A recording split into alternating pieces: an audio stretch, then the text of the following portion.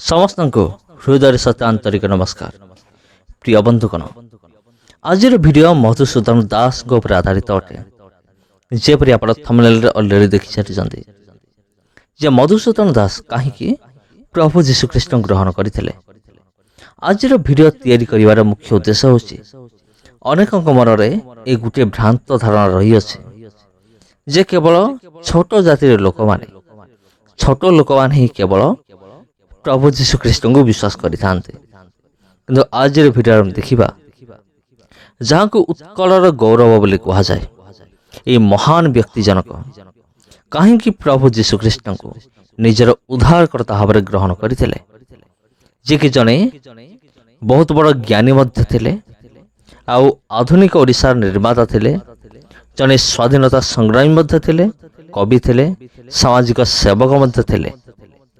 ଆଉ ଏହିପରି ଜଣେ ବ୍ୟକ୍ତି ସେ ପ୍ରଭୁ ଯୀଶୁଖ୍ରୀଷ୍ଟଙ୍କୁ କାହିଁକି ନିଜର ବ୍ୟକ୍ତିଗତ ଉଦ୍ଧାରକର୍ତ୍ତା ରୂପେ ଗ୍ରହଣ କଲେ, ତାହା ହେଉଛି ଆଜିର ମୂଳ ପ୍ରସଙ୍ଗ ଅଟେ। ତେବେ ପ୍ରିୟ ବନ୍ଧୁଗଣ, ଆମେମାନେ ପ୍ରଥମେ ଉତ୍କଳ ଗୌରବ ମଧୁସୂଦନ ଦାସଙ୍କ ବିଷୟରେ ଆମେ ଆଲୋଚନା କରିବା। ତାପରେ ଆମେ ଆଲୋଚନା କରିବା ସେ କାହିଁକି ପ୍ରଭୁ ଯୀଶୁଖ୍ରୀଷ୍ଟଙ୍କୁ ସେ ଗ୍ରହଣ କଲେ, କେମିତି ଗ୍ରହଣ କଲେ, ଆଉ ସେ ଗ୍ରହଣ କରିବା ପରେ ତାଙ୍କ ସହିତ କ'ଣ ହେଲା, ଏ ସମସ୍ତ ବିଷୟ ଆମେ ଦେଖିବା।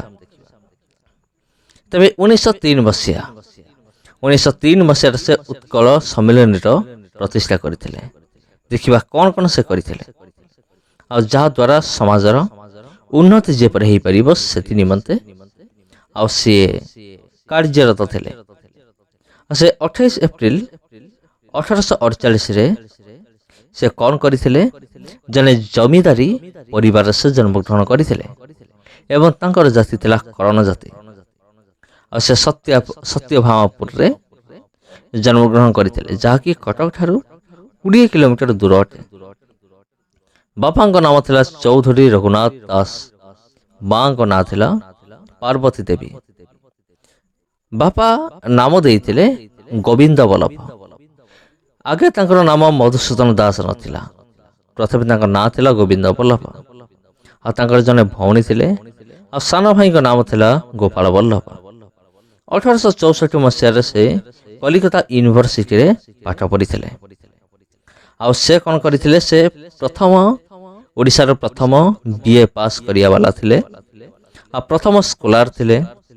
ଓଡ଼ିଶାର ପ୍ରଥମ ମାଷ୍ଟର୍ସ LLB, ଆଉ ସେ ଉତ୍ତୀର୍ଣ୍ଣ ହୋଇଥିଲେ ଏହି ପରୀକ୍ଷାରେ 1878 ମସିହାରେ। ଆଉ ଓଡ଼ିଶାର ପ୍ରଥମ ଆଡଭୋକେଟ୍ ଥିଲେ ବା ଓକିଲ ଥିଲେ। ଆଉ ସେ ବହୁତ ବଡ଼ ବଡ଼ ଗୁରୁତ୍ୱପୂର୍ଣ୍ଣ କେସ୍କୁ ସେ ହ୍ୟାଣ୍ଡେଲ ମଧ୍ୟ କରିଥିଲେ।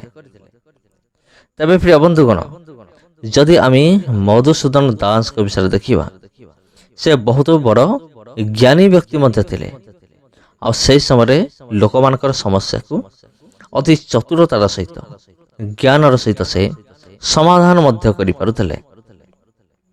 ତେବେ ସବୁଠାରୁ ତାଙ୍କର ଜୀବନ କାଳ ମଧ୍ୟରେ ସବୁଠାରୁ ଦୁଇଟି ଗୁରୁତ୍ୱପୂର୍ଣ୍ଣ ଘଟଣା ଘଟିଅଛି, ଯାହାକି ସମସ୍ତଙ୍କୁ ଆଶ୍ଚର୍ଯ୍ୟ କରିଦେଇପାରେ। ଆପଣମାନେ ତ ଶୁଣିଥିବେ ଫକୀର ମୋହନ ସେନାପତି, ଆଉ ସେ ମଧ୍ୟ ଜଣେ ସ୍ୱାଧୀନତା ସଂଗ୍ରାମୀ ଥିଲେ। ଯେତେବେଳେ ସେ ଜେଲରେ ଥିଲେ, ଆଉ ମଧୁସୂଦନ ଦାସ ସେ କ'ଣ କରିଥିଲେ, ମଧୁସୂଦନ ଦାସ ଚତୁରତାର ସହିତ ତାଙ୍କୁ ମୁକ୍ତି କରିବାରେ ସେ ସାହାଯ୍ୟ କରିଥିଲେ। ଆଉ ମଧୁସୂଦନ ଦାସ ଆଉ ଏହି ସମସ୍ତ କାମ କରିଥିଲେ। ଫକୀର ମୋହନ ସେନାପତି ସେ ମଧ୍ୟ ଥିଲେ ଜଣେ ଜ୍ଞାନୀ ବ୍ୟକ୍ତି ଥିଲେ। ଆଉ ସେ ଜେଲ ଭିତରେ ଥାଇ ଚିଠି ଲେଖିଥିଲେ ତାଙ୍କ ବାପାଙ୍କ ନିକଟକୁ ଯେ 100 ପାନ 200 ଗୁଆ ପଠାଇବ।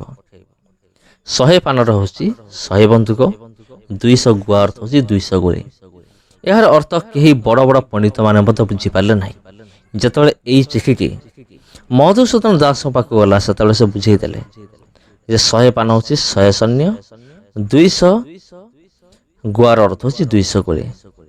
ତାପରେ ଯଦି ଆମେ ଆଉ ଜଣେ ଦେଖିବା, ଜଣେ ବିଧବାର ସମସ୍ୟାକୁ ବି ସମାଧାନ କରିଥିଲେ, ଯାହାର ଗୋଟେ ଜାଗା ଥିଲା, ଆଉ ସେ ଜାଗାକୁ ପଡ଼ୋଶୀ ଲୋକମାନେ କବ୍ଜା କରି ରଖିଥିଲେ। ଯେତେବେଳେ ଏ ଖବର ପହଞ୍ଚିଲା ମଧୁବାବୁଙ୍କ ପାଖକୁ, ସେ ମଧ୍ୟ ଚତୁରତାର ସହିତ ସେ ସେ ସମସ୍ୟାକୁ ସମାଧାନ କରିଥିଲେ। ତାପରେ ମଧୁବାବୁଙ୍କର ଏହା ଥିଲା ସବୁଠାରୁ ବଡ଼ ସଫଳତା ତାଙ୍କ ଜୀବନରେ। ଆଉ ସେ ଉତ୍କଳ ସମ୍ମିଳନୀ ସ୍ଥାପନ କରିଥିଲେ। ଆଉ ସେ ବିଶେଷ କରି ତିନୋଟି ଭାଷା ଭଲ ଭାବରେ କହିପାରୁଥିଲେ, ଯେଉଁଟାକି ବେଙ୍ଗଲୀ, ଇଂଲିଶ ଆଉ ଓଡ଼ିଆ। ଆଉ ତାଙ୍କର ମୃତ୍ୟୁ ଫେବୃଆରୀ 4, 1934 ମସିହା ହେଇଥିଲା। ତାଙ୍କର ମୃତ୍ୟୁ ବେଳକୁ ତାଙ୍କୁ ହେଇଥିଲା 83 ବର୍ଷ। ତେବେ ପ୍ରିୟ ବନ୍ଧୁଗଣ, ଏବେ ବର୍ତ୍ତମାନ ଆମେ ଦେଖିବା ମଧୁସୂଦନ ଦାସ, ତାଙ୍କ ସହିତ ପ୍ରଭୁ ଯୀଶୁଖ୍ରୀଷ୍ଟଙ୍କର କ'ଣ ସମ୍ପର୍କ ରହିଅଛି। ତେବେ ମଧୁସୂଦନ ଦାସ ଯେତେବେଳେ କଲିକତାରେ ୟୁନିଭର୍ସିଟିରେ ଯେତେବେଳେ ପାଠ ପଢ଼ୁଥିଲେ, ଆଉ ସେଠାରେ ସେ ପ୍ରଭୁ ଯୀଶୁଖ୍ରୀଷ୍ଟଙ୍କର ସୁସମାଚାରକୁ ଶୁଣିଥିଲେ। ଯେତେବେଳେ ସେ ପ୍ରଭୁ ଯୀଶୁଖ୍ରୀଷ୍ଟଙ୍କର ସୁସମାଚାରକୁ ସେ ଶୁଣିଲା ପରେ ସେ ଡିସାଇଡ୍ କଲେ ଯେ ସେ ପ୍ରଭୁ ଯୀଶୁଖ୍ରୀଷ୍ଟଙ୍କୁ ନିଜର ବ୍ୟକ୍ତିଗତ ଉଦ୍ଧାରକର୍ତ୍ତା ଭାବରେ ସେ ଗ୍ରହଣ କରିବେ। 18 ବର୍ଷ ବୟସରେ ଆଉ ଗୋବିନ୍ଦ ବଲ୍ଲଭ, ଯାହାଙ୍କ ନାଁ ଥିଲା ମଧୁସୂଦନ ଦାସ, କିନ୍ତୁ ପୂର୍ବର ନାଁ ଥିଲା ଗୋବିନ୍ଦ ବଲ୍ଲଭ, ସେ କ'ଣ କରିଥିଲେ? ଖ୍ରୀଷ୍ଟ ଧର୍ମକୁ ଆପଣେଇଥିଲେ। ତା ଅର୍ଥ ହେଉଛି ପ୍ରଭୁ ଯୀଶୁଖ୍ରୀଷ୍ଟଙ୍କୁ ସେ ବିଶ୍ୱାସ କରିଥିଲେ ବା ଗ୍ରହଣ କରିଥିଲେ। ଆଉ ଯେତେବେଳେ ସେ ପ୍ରଭୁ ଯୀଶୁଖ୍ରୀଷ୍ଟଙ୍କୁ ନିଜର ବ୍ୟକ୍ତିଗତ ଉଦ୍ଧାରକର୍ତ୍ତା ଭାବେ ଗ୍ରହଣ କଲେ, ତାପରେ ସେ ନିଜର ନାଁକୁ ପରିବର୍ତ୍ତନ କରିଥିଲେ। ପରିବର୍ତ୍ତନ କରି ସେ କରିଦେଇଥିଲେ ମଧୁସୂଦନ ଦାସ। ଆଉ ସେ ଶିକ୍ଷା କରିଥିଲେ, ସେ ବାଇବଲରୁ ଶିଖିଥିଲେ ଯେ ଖ୍ରୀଷ୍ଟ ଶବ୍ଦର ଅର୍ଥ ହେଉଛି କ୍ରୁଶକୁ ବହନ କରିବା। ଆଉ ଏଥିପାଇଁ ତାଙ୍କୁ ଗ୍ରାମରୁ ବାସନ୍ଦ ମଧ୍ୟ କରାଯାଇଥିଲା।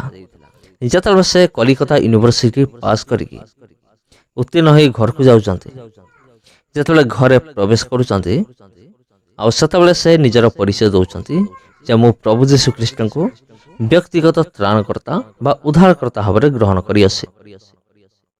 ସେତେବେଳେ ତାଙ୍କ ପିତା ଯିଏକି ଚୌଧୁରୀ ରଘୁନାଥ ଦାସ, ଆଉ ସେ କ'ଣ କରିଥିଲେ? ମଧୁସୂଦନ ଦାସକୁ ଘରୁ ସେ ବାହାର କରିଦେଲେ। କେବଳ ସିଏ ନୁହେଁ, ଗାଁର ଲୋକମାନେ ସମସ୍ତେ ମିଶି ତାଙ୍କୁ ବାସନ୍ଦ କଲେ ଯେ ତୁମେ ଖ୍ରୀଷ୍ଟିଆନ ହେଇଗଲ, ତୁମେ ଆଉ ଗାଁରେ ତୁମେ ରହିପାରିବ ନାହିଁ। ତାପରେ ମଧୁସୂଦନ ଦାସ କ'ଣ କଲେ? ଗାଁ ବାହାରକୁ ଚାଲି ଆସିଥିଲେ। ଗାଁର ଶେଷ ମୁଣ୍ଡରେ ଗୋଟିଏ କୁଡ଼ିଆ କରି ଆଉ ସେଇଠି ସେ ରହିଥିଲେ। ତେବେ ପ୍ରିୟ ବନ୍ଧୁଗଣ, ଆଉ ସେ ପ୍ରଭୁ ଯୀଶୁଖ୍ରୀଷ୍ଟଙ୍କୁ ବିଶ୍ୱାସ ଏଇଥିପାଇଁ କରିଥିଲେ କାରଣ ସେ ଅନୁଭବ କରିଥିଲେ ଯେ ପ୍ରଭୁ ଯୀଶୁଖ୍ରୀଷ୍ଟଙ୍କ ନିକଟରେ ମୁକ୍ତି ଅଛି, ଶାନ୍ତି ଅଛି, ପରିତ୍ରାଣ ଅଛି। ଆଉ ଯଦି ଆମେ ଜାଗତିକ କ୍ଷେତ୍ରରେ ଦେଖିବା, ସେ ଜଣେ ଜ୍ଞାନୀ ଲୋକ ଥିଲେ। ଆଉ ଜ୍ଞାନୀ ଲୋକ ଥିଲେ ଆଉ ଶିକ୍ଷିତ ବ୍ୟକ୍ତି ମଧ୍ୟ ଥିଲେ। ଏତେ ବଡ଼ ଜ୍ଞାନୀ ଏବଂ ଶିକ୍ଷିତ ବ୍ୟକ୍ତି ସେ ଶେଷରେ ପ୍ରଭୁ ଯୀଶୁଖ୍ରୀଷ୍ଟଙ୍କୁ ନିଜର ବ୍ୟକ୍ତିଗତ ଉଦ୍ଧାରକର୍ତ୍ତା ଭାବରେ ବିଶ୍ୱାସ କରୁଅଛନ୍ତି ବା ଗ୍ରହଣ କରୁଅଛନ୍ତି। ଏଇଟା ସବୁଠାରୁ ବଡ଼ ସଫଳତା ଥିଲା। ତେବେ ଖ୍ରୀଷ୍ଟର ପ୍ରିୟ ଭାଇ ଓ ଭଉଣୀମାନେ, ଆପଣମାନଙ୍କୁ ପ୍ରତ୍ୟେକଙ୍କୁ ଆନ୍ତରିକ ନମସ୍କାର। ପୁଣି ଦେଖାବା ଆପଣଙ୍କ ସହିତ ପୁଣି ଆଉ ଗୋଟେ ଭିଡ଼ିଓରେ ଆଉ ଗୋଟେ ଅଧ୍ୟାୟରେ। ନମସ୍କାର।